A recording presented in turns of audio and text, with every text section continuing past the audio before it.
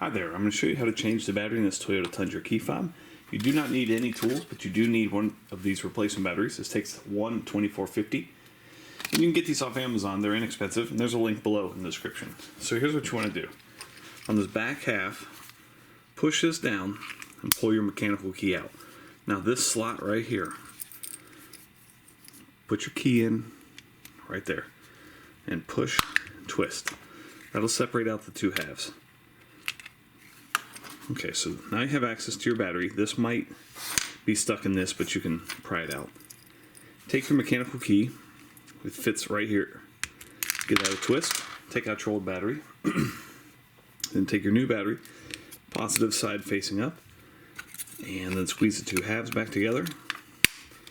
And you can check, make sure you're working, make sure you got your red light there, replace your mechanical key, and you're all set. Thanks for watching. Make sure you hit that thumbs up.